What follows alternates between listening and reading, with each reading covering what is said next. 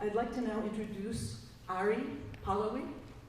Ari is coming here with the troupe. He is the tour manager, the lecturer, and the program development at University in Banda Aceh. And he's also a PhD candidate in ethnomusicology at Monash University. We also have Maho Ishiguro, the maker of the films and the videos that you saw, and she is the tour coordinator. And she's a lecturer at Yale University, a PhD candidate in ethnomusicology at Wesleyan University. And lastly, we have Dr. Eka Sri Mulyani. She is a lecturer of the arts and humanities at the Islamic State University at Ayamari, and is a senior researcher at the International Center for Aceh and Indian Ocean Studies. So we really welcome you and are happy to have you help us understand Acehese dance a little bit better. So the first question, and we're just going to keep this very informal. We're going to pass the microphone down. The first question I've asked for the group to think about is if they could provide a brief historical background to Aceh and think about a little bit about how Islam is part of that in the performance and in Aceh. Ibu? Yes. Thank you very much. Good afternoon, everyone. Thank you, Professor Lee. I'm so happy to be here. And we hope that we can provide a little bit description of the next performance that you will be seeing a couple of minutes might be after this panel. So might be, not all of you might be aware where Aceh is, and if you remember about the tsunami and the huge and biggest disaster in human history, then you will notice that Aceh was badly hit by the disaster. But this area was known as a stronghold Muslim society, and Islam has been a significant part of the social life of the community there. And also it impacted on the culture, on the art, on the performance, as well as on the dances. And you will see the song of the dances mostly started with the Islamic words, Salamu Alaikum, something like that, and also some other recitation from the Quran, for instance. And also the dress of the performer, you will see this is also the kind of the Islamic impacts. And another important point that I would like to make, and you will see all of the performers are women. It means that women have sort of equal participation in the society. Although you might hear some restriction, the formalization of Sharia law, the Islamic law, but in fact, this is not the whole picture of the society. The women still play significant role in the public space, in the workforce. Might be Maho would like to say something about an outsider who visited Aceh about this reason. Hi everyone. So I was in Aceh for about a month in December and January to prepare the group and to look at what's happening with performing arts in Aceh and how it's related to, what's its relationship to Islam religion practice. So before I got into Aceh, I was focusing more on Javanese studies. So, and the professors and people I was interacting with were Javanese.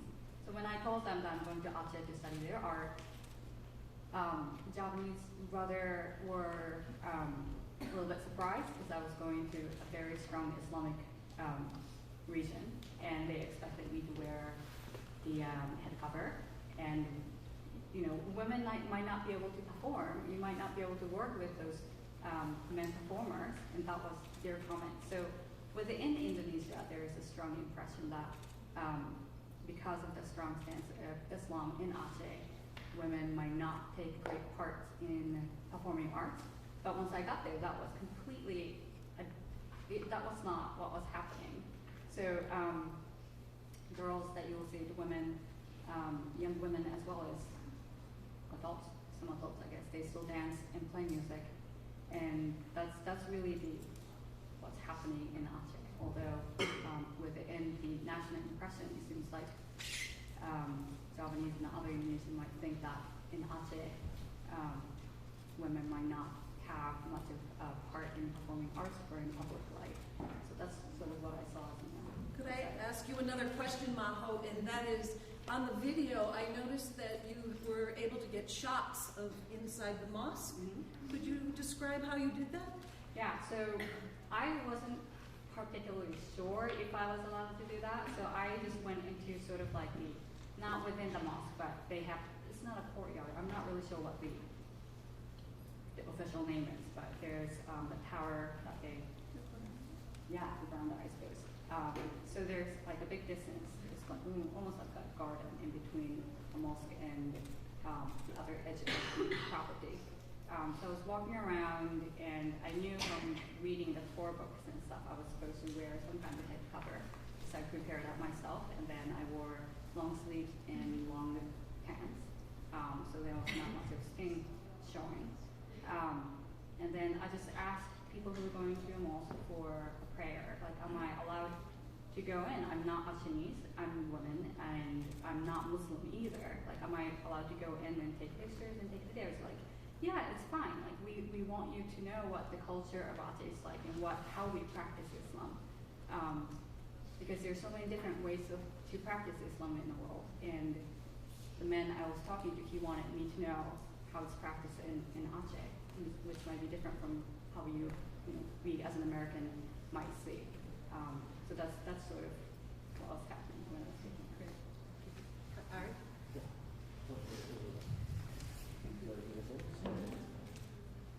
So okay. So I probably will introduce about the general view of Aceh's performing arts. So first, the Aceh's performance art identification, you can see that always in the group, so never individual. And then we don't have like such a sort of dance, music, it's Western world, right? So it's collaboration there. So there is poetry there, dance there, music there, and there's two kind of performing arts in Aceh, which is sitting dance and also standing dance. Then related to the gender, actually between the male and female performance, they are quite similar in terms of numbers. There is a lot of numbers for male performance and also for female performance. Probably the problem is the policy from the government, so that the public space for female performance is kind of limited than male performance. That's the beginning. Good. Would you want to talk a little bit about the text that we will be hearing? The texts are actually translated and in your book, but just if you might hint a little bit of the kind of flavor of the text that we will be hearing today. Well, like Dr. Eka said that Aceh kind of bastion of Islam, then mostly text in the lyric of the performance is about teaching morals, about the religious thoughts, and also Aceh is so proud with their history, story in the 18th century. Aceh is kind of there's a kingdom in Aceh, and struggling with the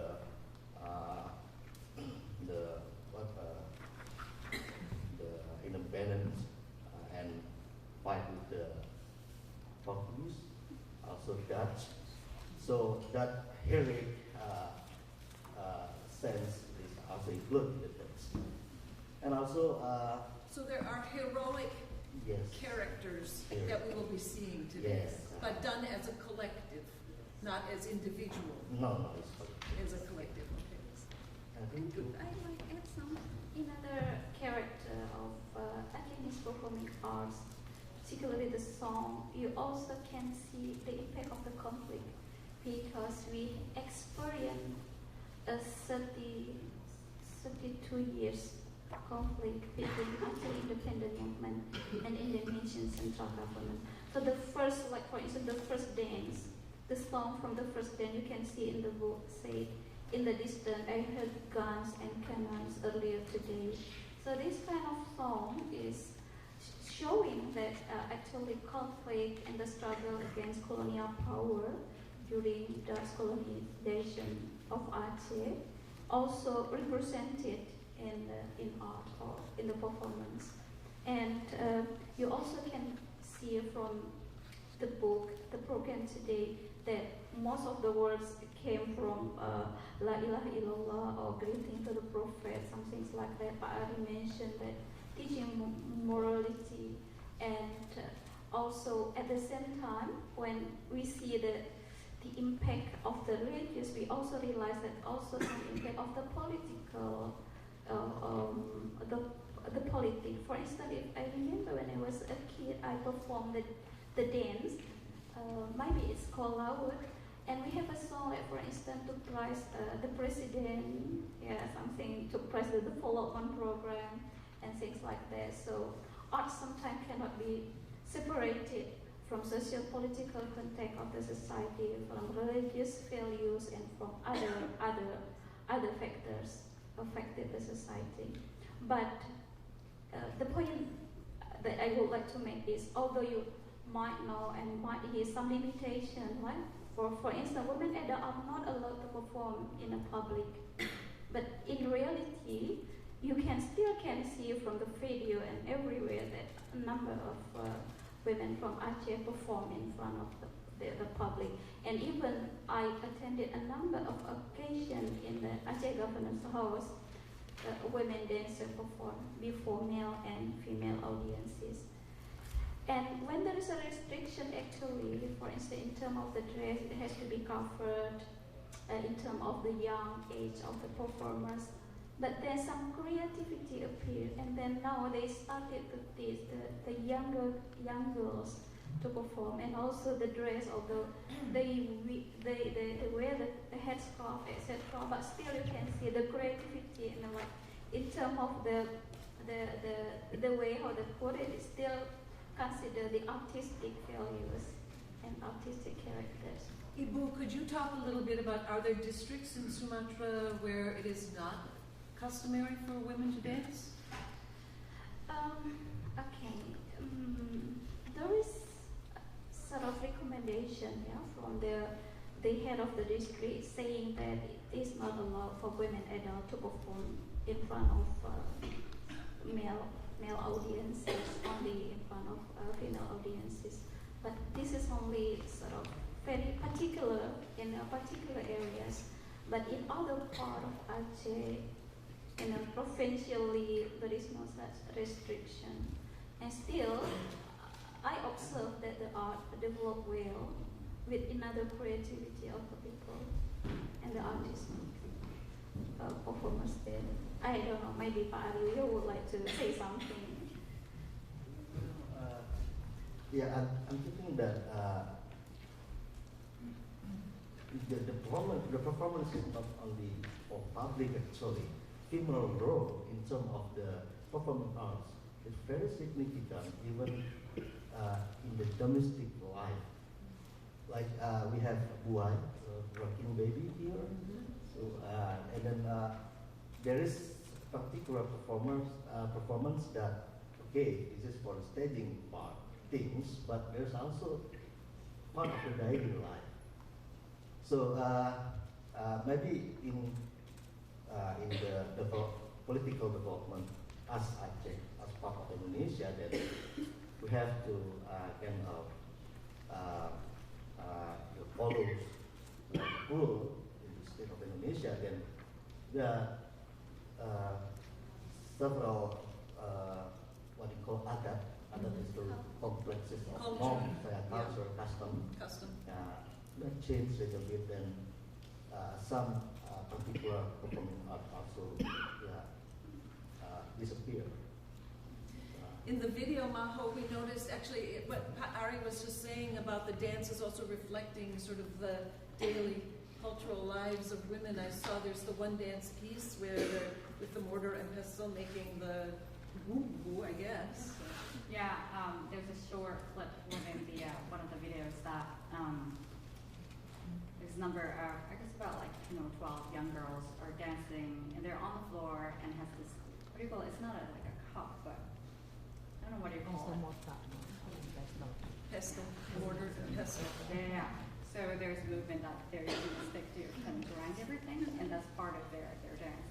That piece is actually, I could ask about it. So it's a contemporary piece done by a father of one of the dancers, you will say. But it seems like there are a number of dances, traditional and contemporary, that kind of integrates the daily lives and what people do within the movement. Which is kind of cool.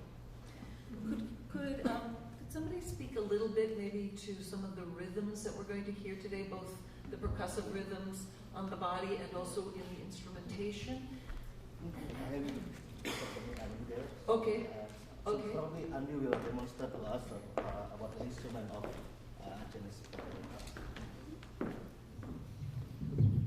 So I'd like to introduce Harry Sandy. He also and here we have several things. First, we call this rapai. So it's a frame drum, and this is gold steel. Then there is 5 variants of rapai, but we only bring 2 here. And there's a big one and also the small one, but not until that small. This is another one, other thing. So there is some motif in Chinese musical art, even they use that for dance accompaniment or also for music. So maybe Andy, can you, some motif of that.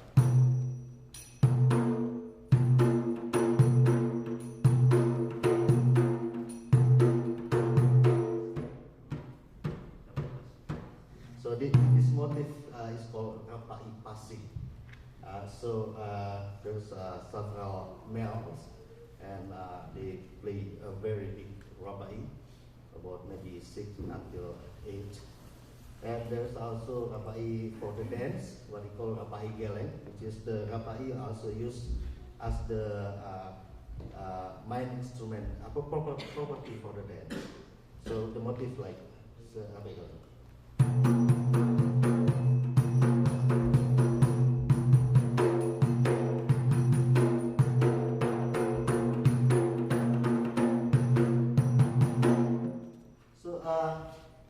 Actually, there is only 3 ways to hit this instrument. Actually, first is what do you call it? Boom, boom, and then what? Bang, bang, and then cuma 2.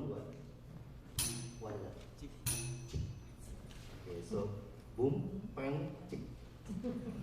So yeah, that's the technique of applying it. And then there is another one we call surnikali. It's an oboe-like instrument. So probably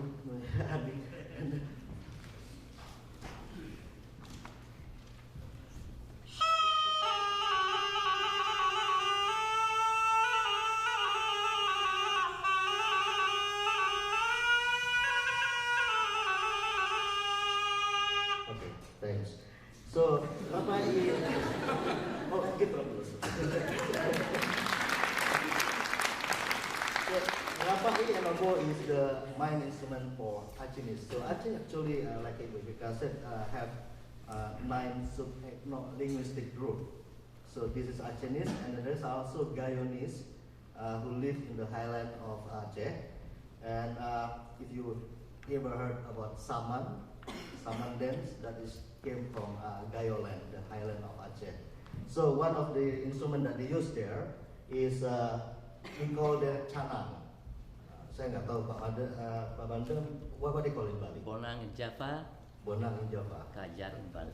Kajar in Bali, and Talempong in Padang, Pak. Padang. But in Aceh they call canang. So there is also one dance that the dancer will perform from Gayo, the highland. So we use that instrument. And there's other ethno-linguistic group in Aceh called Malay. So they, Malay, one instrument that they popular in Malay community in Aceh is accordion. Even actually accordion is not a traditional instrument, but the Malay music usually use that accordion. I think that, and thank you, Andy. Thank you, Bapak. Ibu Eka had a couple comments that she would like to make about the musicians that you're going to be seeing today. Yes. If you see that Rapai and also the Surunekali, and most of these instruments are played by men, but today you will see women will play that instrument. So you are so lucky today. So you can see the women's voice, part of the women's voice program. Because normally in Aceh, I myself always watch men play that instruments. But here, you will see women play the instruments. So this is very interesting actually. Yeah. Good. So I think with that, it would be good to invite our dancers to the stage, and we will move forward. Thank you very much.